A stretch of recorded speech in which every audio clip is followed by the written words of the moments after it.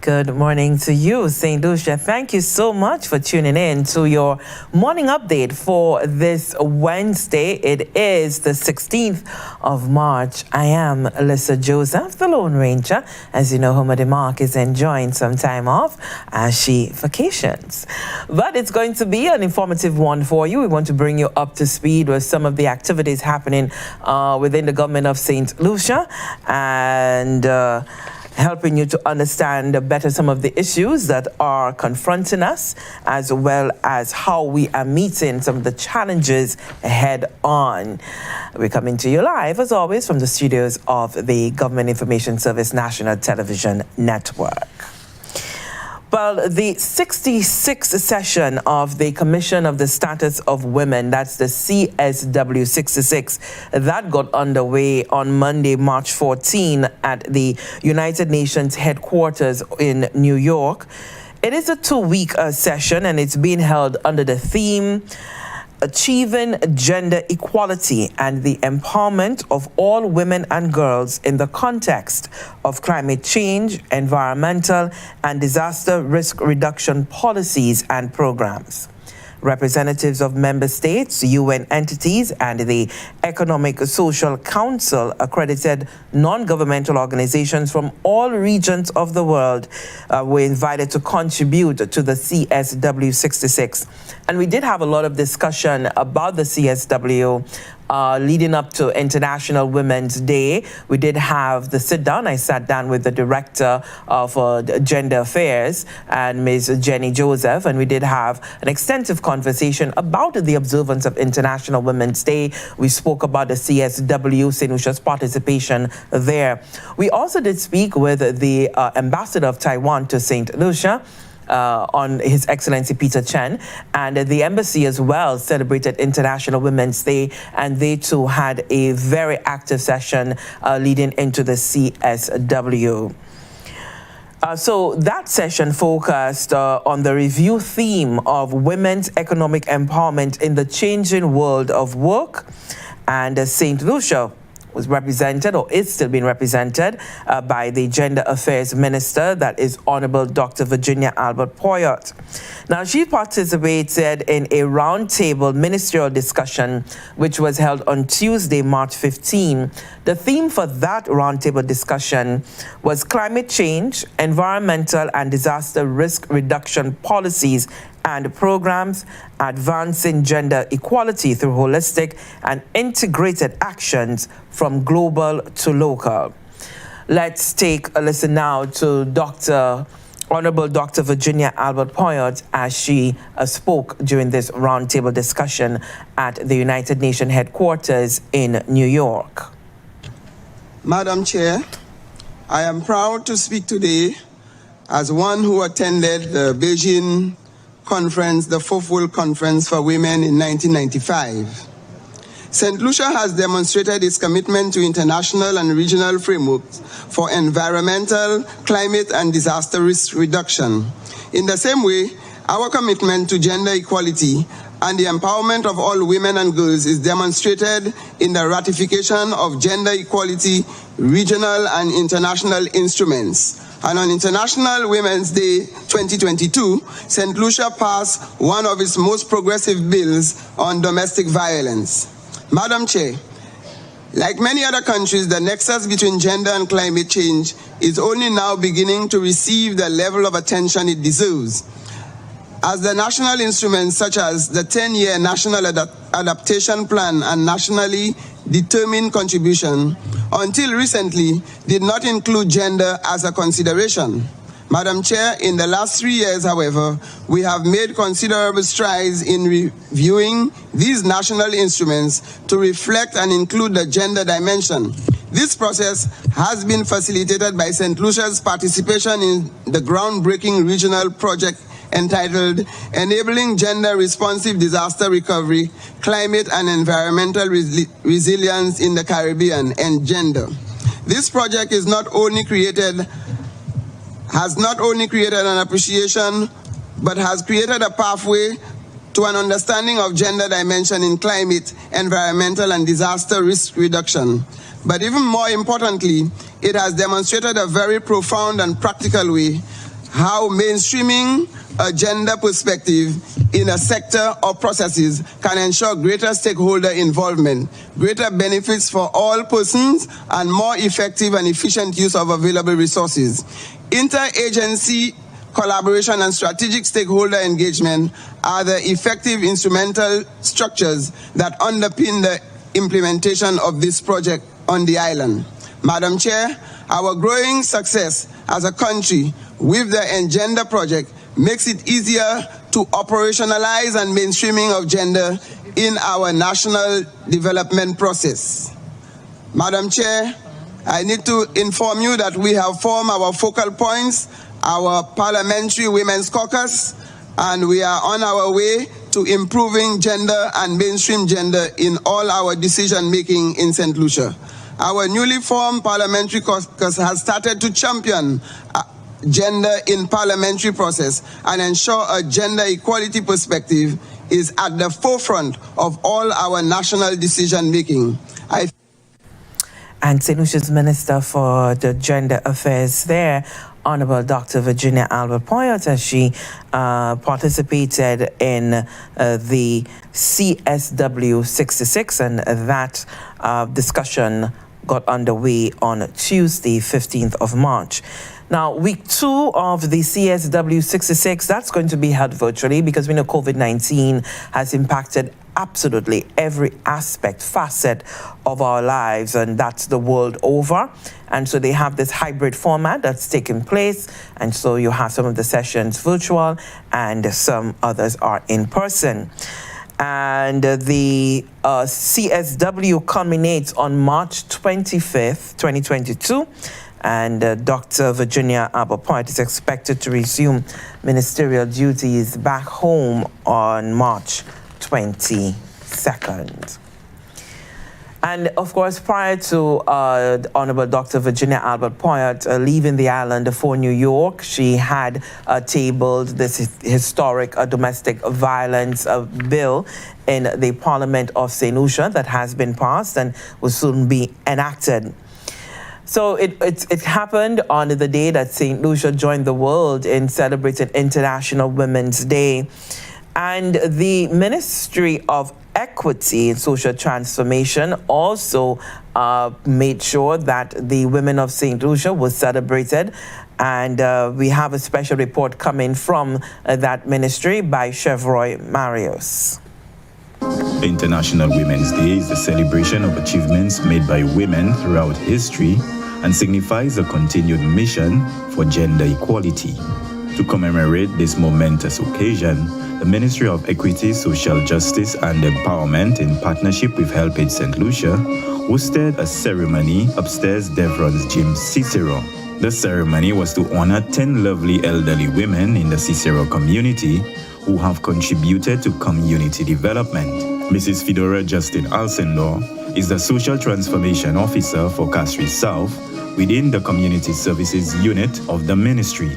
This morning, as Ms. Alcid said, we're going to highlight 10 ladies. Not that it's just 10 ladies that have contributed to community life in Cicero, but this year we selected 10 based on, the criteria that we had.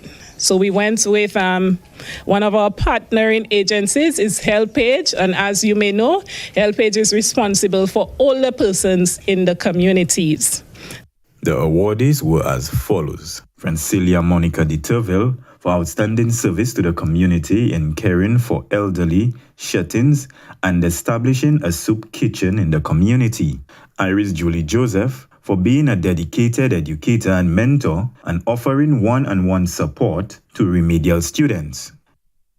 For long-standing service in community healthcare and is the longest-serving community healthcare aide. Dr. Elvich Brown for outstanding contribution to the field of youth and community development. Mary Wallace for helping to keep the culture of the community alive through active participation and representation in major cultural events. Elvira Dublin for demonstrating true community spirit in providing care to the children and vulnerable persons in need. Anila Pam Edwin for offering benevolent service to the poor and needy in the community. Luciana Gustav for commitment to providing tangible assistance to needy children in the community. Mariage Joseph, for being a dedicated early childhood educator for over 3 decades. Yvette Jones, for exceptional demonstration of love and forgiveness and readiness to assist persons in distress. Women are influential drivers of change everywhere, be it government, businesses, universities, and beyond. Every day within the global community, millions of women take concrete action towards responsible management, education, and sustainable development. Their diverse and strong voice make critical statements for the future, transforming the world for the betterment of tomorrow.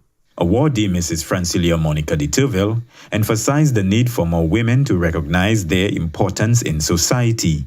Because we always think, some said 10-year class. But today, I want to tell especially the young women, I want to pass this message to the young ladies who think they are little girls and who think that they're not important. Women, we are important. We are very important. We cannot put ourselves down. As from today, stand up, straighten up your back, and tell any man who wants to put you down, I am woman. The purpose of International Women's Day is to bring attention to the social, political, economical, and cultural issues that face women and to advocate for the advancement of women within all those areas. International Women's Day was first celebrated on March 19, 1911. 1 million men and women rallied in support of women's rights on that first International Women's Day. From the Ministry of Equity, Social Justice and Empowerment, I am Chevroy Marius. And thank you, Chevroy, for that report, as we really do celebrate, recognize, and reward the women. Now, happy to see that the older women are being celebrated, because as young women, we stand on their shoulders. Their contributions have certainly paved the path for younger women like myself to live out her dreams. So thank you very much to all of the women of St. Lucia. Now, as the Honorable Minister for Gender Affairs is over in New York participating at the United Nations Forum, St. Lucia has just completed participation at another United Nations Forum, and that is the Environment Assembly, and that was being held over in Nairobi, Kenya. And St. Lucia's Minister with Responsibility for Sustainable Development, Honorable Sean Edward, represented the island there. Let's get in those details. The 5th United Nations Environment Assembly concluded March 2nd, 2022 in Nairobi, Kenya, with 14 resolutions to strengthen actions for nature to achieve the Sustainable Development Goals. St. Lucia's Minister for Education, Sustainable Development, Innovation, Science, Technology, and Vocational Training attended the global gathering of leaders. The UN Environment Assembly is made up of 193 UN member states and convenes every 2 years to advance global environmental governance. The assembly was held in a hybrid format this year of in-person and virtual meetings due to the COVID-19 pandemic. Addressing the plenary session, Honorable Sean Edward reiterated St. Lucia's commitment to its contribution to global environmental sustainability. St. Lucia, he said, has demonstrated a participatory approach to a sustainable future by ensuring good practice in environmental governance through the ratification of the first Environmental Human Rights Treaty in the Caribbean and Latin America, the Escazú Agreement. St. Lucia's efforts in addressing climate change have been extended to the protection of the ozone layer, with the most recent achievement being our ratification of the Kigali Amendment in November of 2021.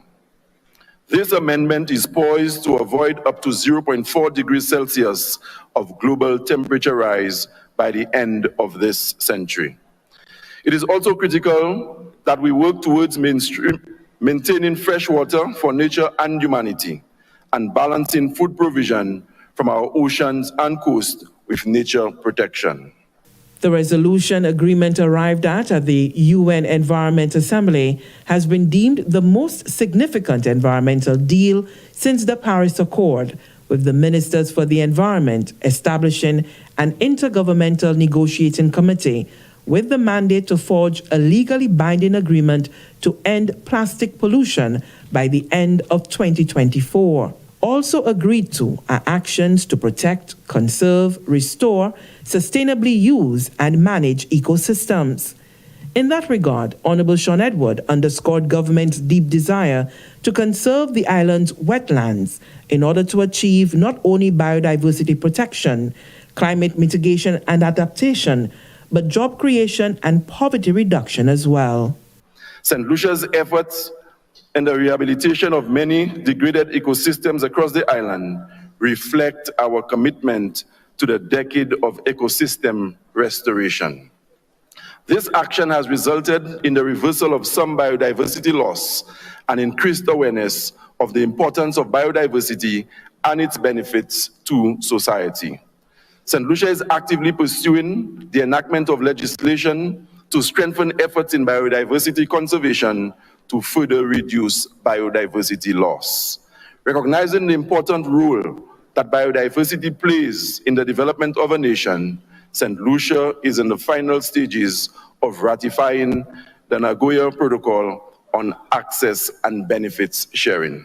Highlighting St. Lucia's vulnerabilities as a small island developing state, Honorable Edward outlined government's strategy for a sustainable and resilient nation through the integration of environmental considerations in all infrastructure plans.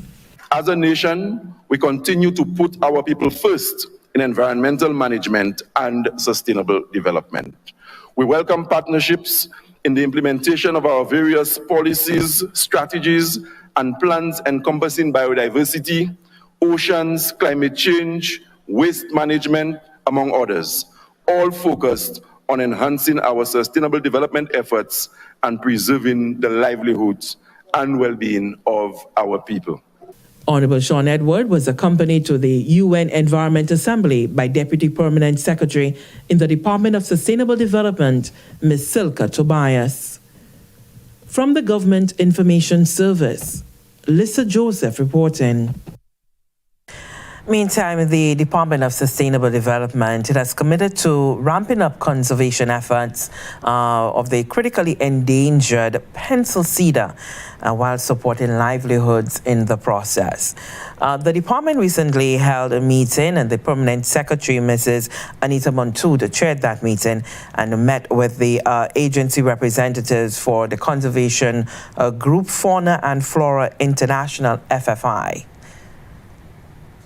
We just had a meeting with the Permanent Secretary to discuss the relationship and forging partnership with the PMA on the conservation of the pencil cedar. So the pencil cedar, like you probably know, is an iconic species. It was believed to be extinct, and 20 years ago, we discovered that there was a small population on the Piton. And FFI, in collaboration with conservation agencies in St. Lucia, develop nurseries and find out various ways to be able to propagate it. So now we're able to propagate over 1,000 plants.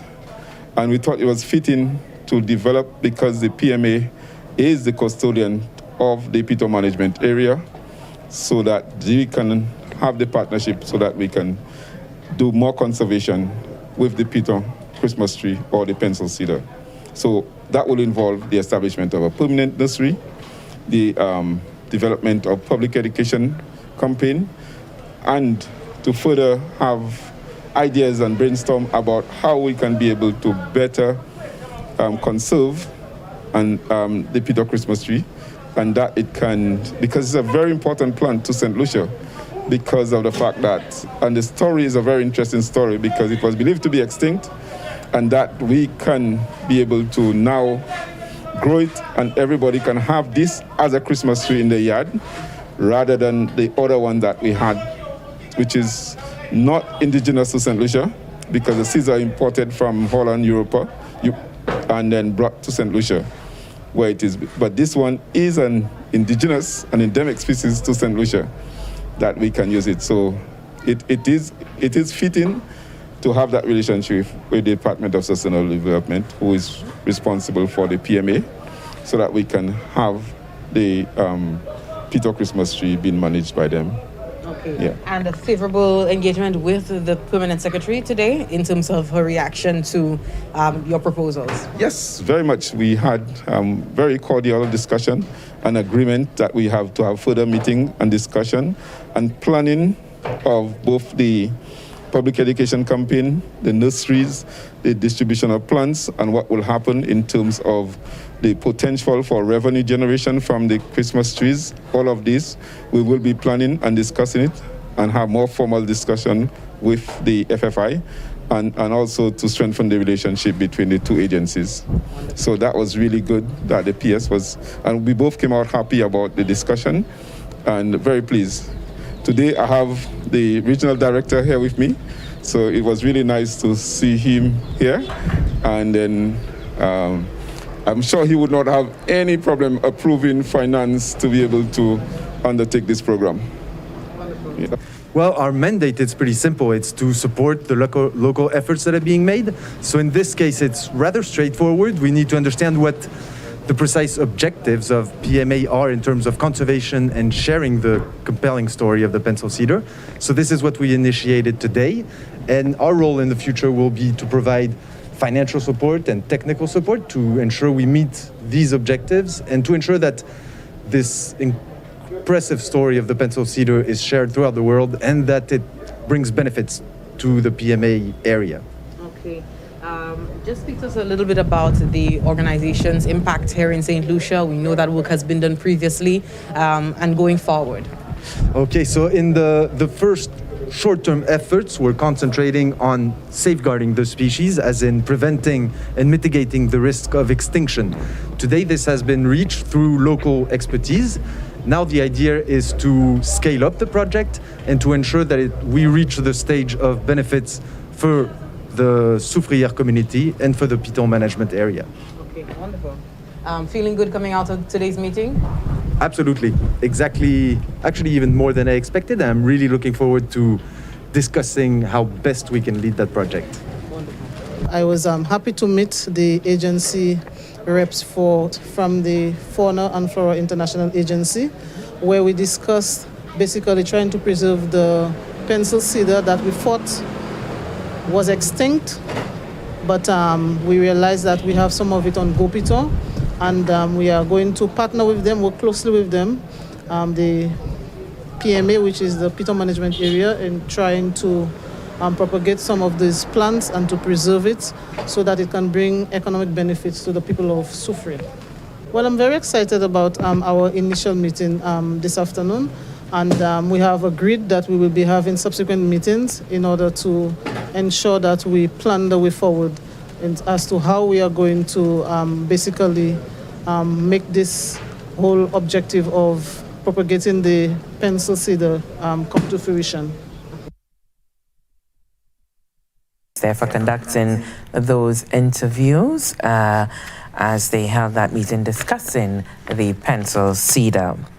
On to some education developments now. The Bank of St. Lucia has officially kicked off its partnership with the South Louis Community College in support of the development of the entrepreneurship and innovation programs with a check donation of $20,000. The bank has committed ongoing financial and technical support to the Gateways to Global Careers program that the college has, as well as the Innovation Hub. Let's get the details on that.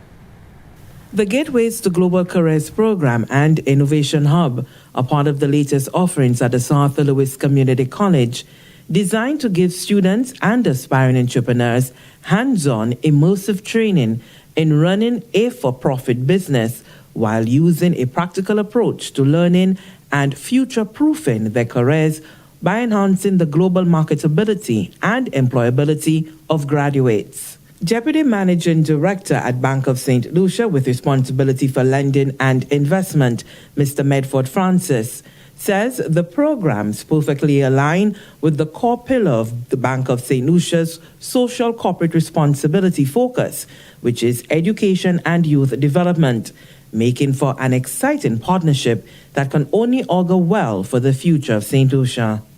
We see entrepreneurial development as key to sustaining economic development in St. Lucia. And in fact, as part of our core banking programs, we've been pushing a lot for small enterprise development. We saw this as an opportunity to marry what you were doing with our own thrusts in terms of small enterprise development. Principal and President of the South Louis Community College, Dr. Keith Nurse, says the new program will complement and enhance the recently launched bachelor's program at the school, ensuring that the college becomes a path breaker in facilitating entrepreneurism in St. Lucia, the OACS, and the wider Caribbean.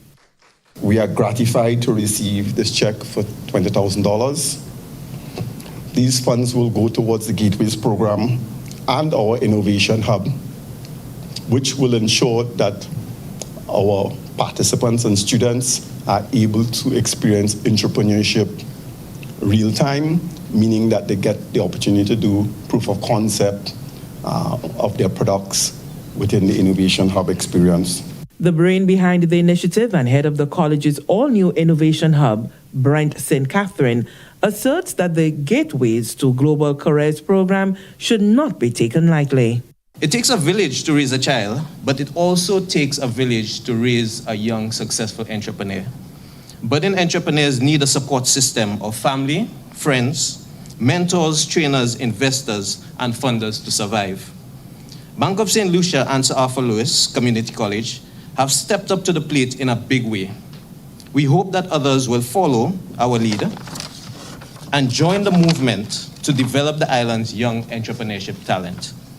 Bank of St. Lucia is proud of its long-term partnership with the South Louis Community College, supporting the various programs that would not only shape the minds of the nation's youth, but also kickstart the development of small businesses and the economy as a whole. From the Government Information Service, Lisa Joseph reporting. And Bank of St. Lucia there to certainly stepping up to its corporate social responsibility. Really, they're investing in our future, investing in the youth of St. Lucia. Now, the owner and the chairman of Harbour Club, Dr. Wesley J Hall, has been presented with the prestigious United Nations Association Canada 2021 Global Citizen of the Year Award. And Prime Minister Honorable Philip J. Pierre personally presented Dr. Hall with the award on behalf of the United Nations Association of Canada. Rising from humble beginnings in Jamaica, inspired by his grandmother, who raised him and his 14 siblings, Dr. Wesley J. Hall has become one of the most influential business people in Canada. He's the owner of the Harbour Club Curio Collection by Hilton here in St. Lucia. Wes Hall has become an internationally recognized philanthropist and activist fighting systemic barriers affecting Black Canadians. The preamble of the Charter of the United Nations begins with "We the Peoples." In recognizing our interdependence and our mutual vulnerability, it calls upon us to contribute in the search for a world that works for everyone. And tonight, the United Nations Association in Canada presents its Global Citizens Award to someone who has embraced that call, Mr. Wes Hall. Wes Hall is a proud Canadian with strong roots in the Caribbean. He is truly a global citizen. His accomplishments in business, in philanthropy, show his personal commitment to ending systemic anti-Black racism in business.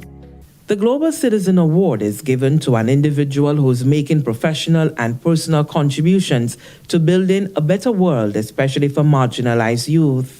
Wes Hall truly embodies the UN Global Citizen Award for his myriad of accomplishments in and out of the workplace, dedicated philanthropic work. But you know, it started with his success in business. As the founder and executive chairman of Kingsdale Advisors, Mr. Hall is known for his generosity with a number of impactful charitable initiatives. He truly believes in giving back. Wes, your generosity and your charitability and your energy and your service to our city is remarkable.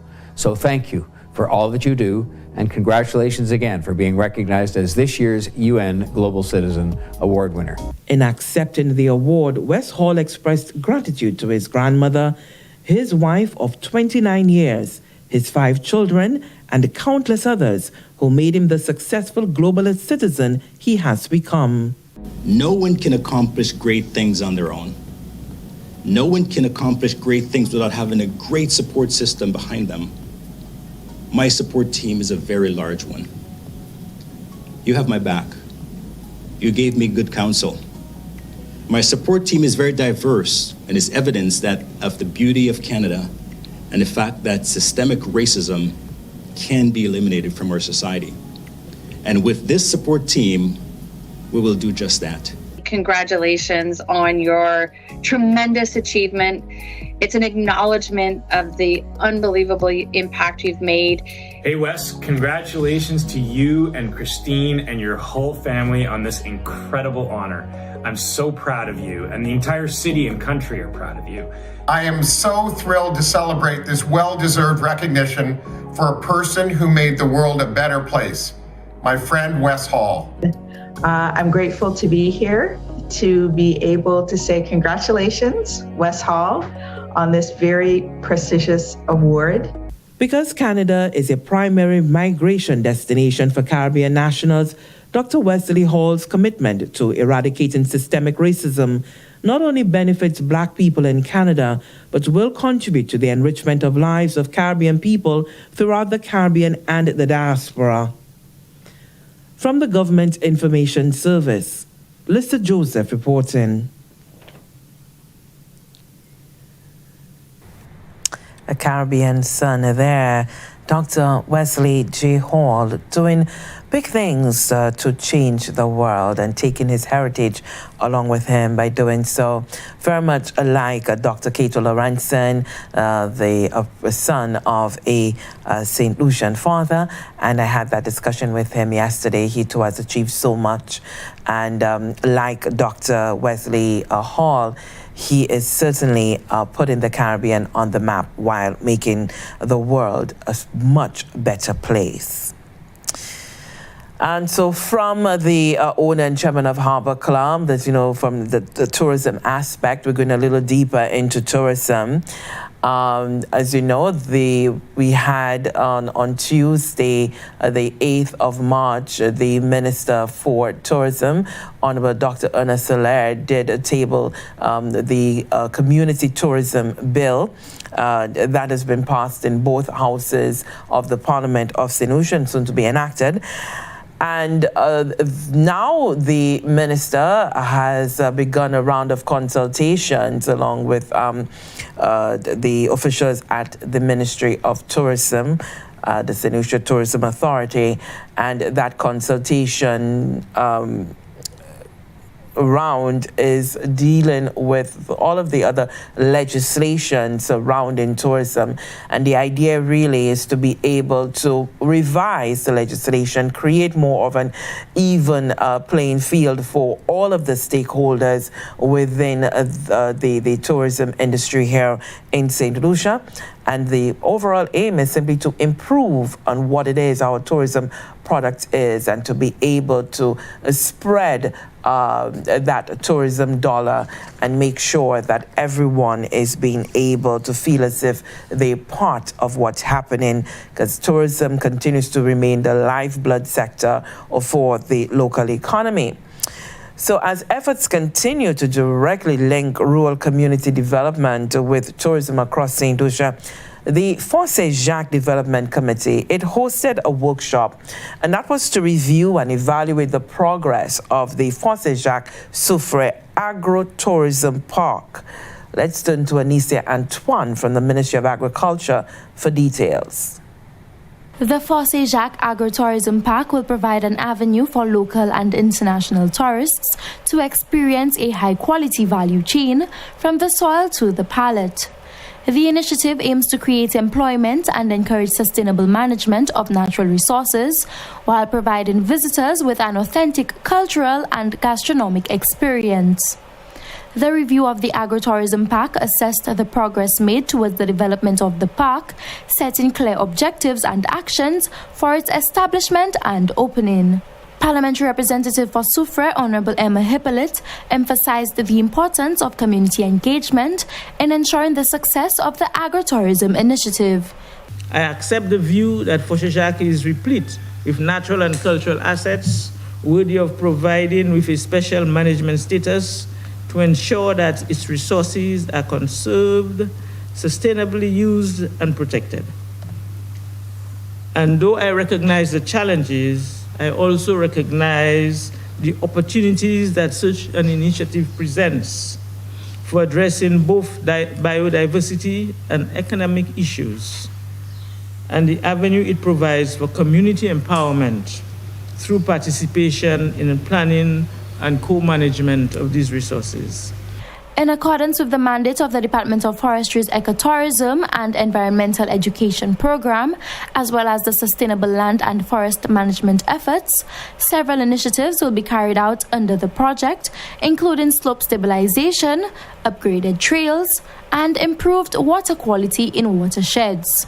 Chief Forestry Officer Alwyn Donnelly has been working closely with the Fosséjacques Development Committee to provide all the necessary support to ensure the project's success, whilst also protecting St. Lucia's natural resources.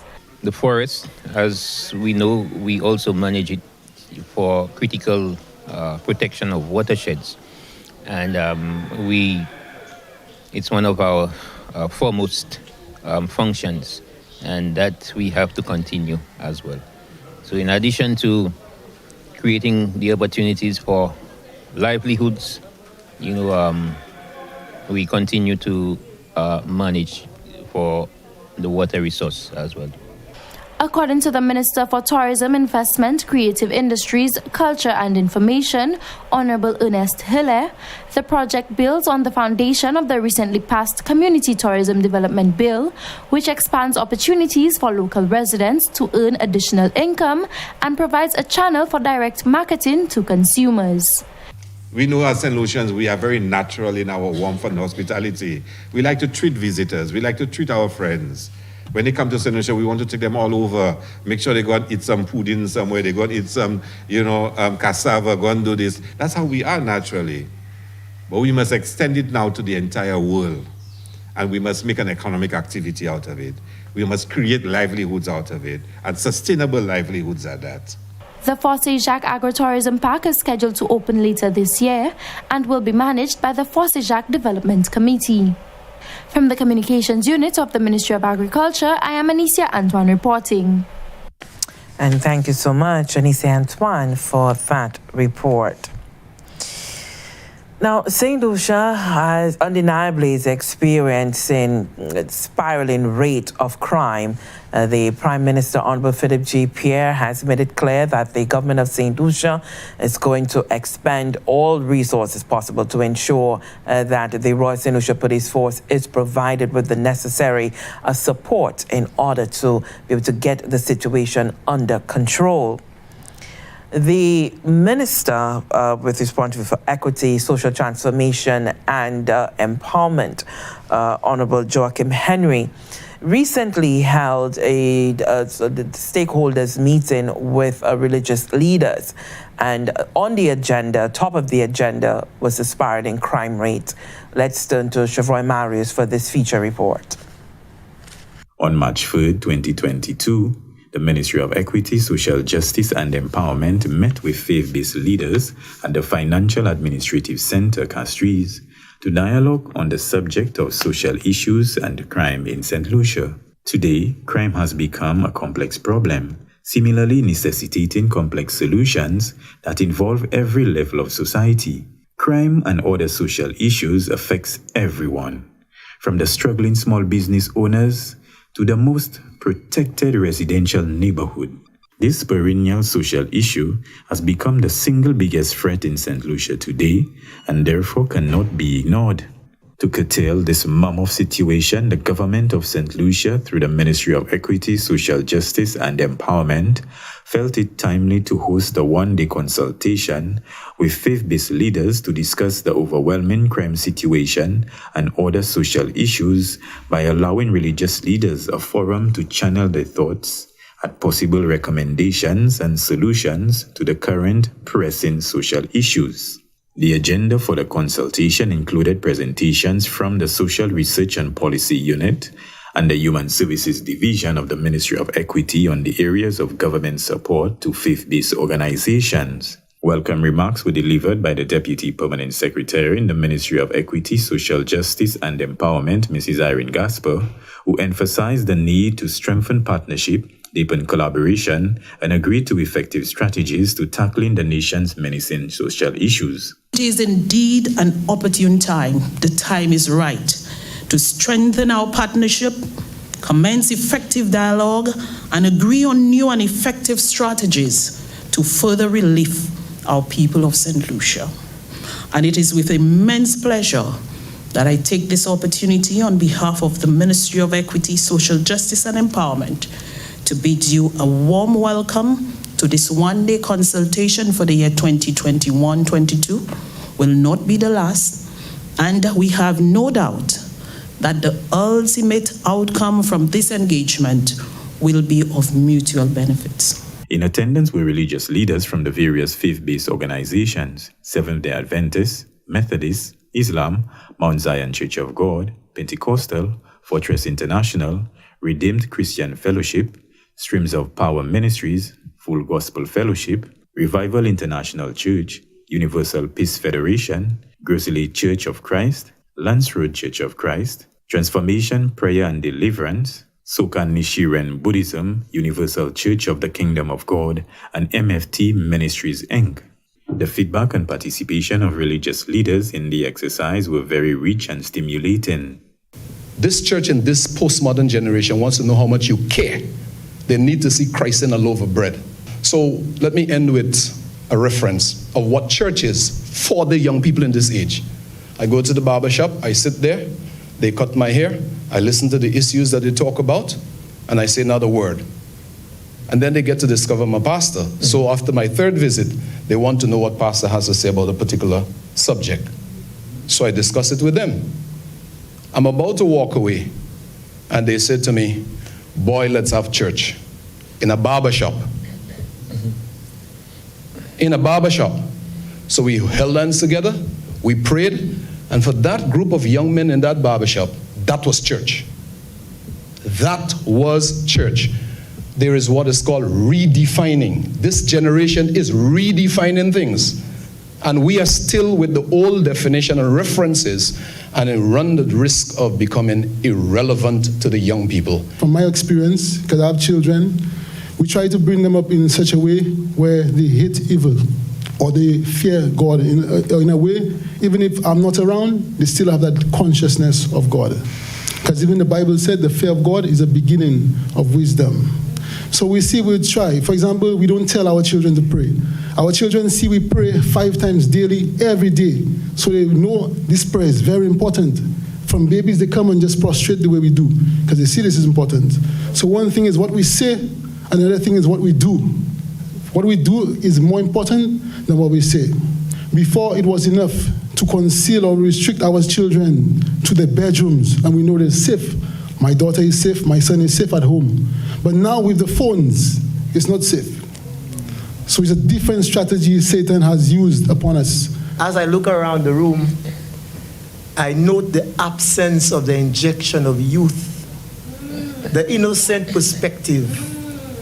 And that remains one of the greatest obstacles to reaching the very persons we blame for perpetrating crime. And they can present for us solutions. We are all structured, we have stresses, we have jobs, we have everything. And we tend to forget how we saw the world when we were there. And we come up with those highfalutin, well-orchestrated plans that can't reach the demographic that is dying and that's causing the death, because it lacks their perspective. We don't speak their language. When you sit home watching the debate of the budget or any parliament discussions, it is not the best. Because the problem is what is going on in the households. Disarming individuals are usually done by the police. However, the Minister for Equity, Social Justice and Empowerment, Honorable Joachim Henry, firmly believes that there are individuals that the church can disarm. The minister also applauded the participatory efforts of the religious leaders and challenged them to think outside the box in recommending innovative ways of combating the myriad of social issues that align with our current era. I am of the firm belief that the roles of the leaders, like the police and other sectors within our society, are important. And like I've said to DPS, there are some young men the police will disarm. But I'm also of the firm belief that there are some young men that the church can also disarm. Okay. And it is with this conviction that I asked to meet with you to participate, because I know I was grounded in faith, I grew up in faith, and I believe that as a faithful people, we can do much if we put our heads together. So I call for your intervention in a way that doesn't exist in the ideal situation. And that's what makes our work challenging. But that's why God called us, and that's why we are at this time selected to respond to this problem. We must get to the root of crime and social issues. Hence, it was unanimously agreed that the family and effective parenting within homes should be the first place of focus as church and state. Reporting from the Ministry of Equity, Social Justice and Empowerment, I am Chevroy Marius. And thank you, Chevroy, for that feature report there. Discussion being held with faith-based leaders there with the Ministry for Social Transformation, Equity, and Empowerment. Really thrashing out the issues, the social issues contributing to crime on the island. That brings us to the end of our morning update for this Wednesday. It is the 16th of March. Thank you so much for joining. Over the next 2 days, Thursday and Friday, we'll be discussing salt as St. Lucia joins in on the observance of Salt Awareness Week. That is the 14th to the 20th of March. And we'll be discussing over those 2 days. We'll be speaking with a doctor on Thursday, and we will be looking at the salt, whether it's necessary, not necessary. Do you need to have it in your diet, eliminate it? And if you were to eliminate it, what are some of the consequences of doing so? Are there any at all? Are we totally better off without salt? And is, the threat of salt, is it really only by using the table salt? Because, there are hidden salts in just about all foods. So we'll be talking about that. And on Friday, we'll be sitting with the nutritionist in the Ministry of Health, Ms. Lisa Hunt-Mitchell, and we will be discussing on the nutritional aspects, what you can do, what to eat, how to plan. For individuals who may have special health conditions, how do you ensure that you're not further endangering yourself? Understanding the amount of salt that you should be using, and also looking at from as well as the policy end of things, some of the things that the Ministry of Health is doing to help us as a nation better get a grip on our nutrition. So please join me for that on Thursday and on Friday. I'm Lisa Joseph. See you next time.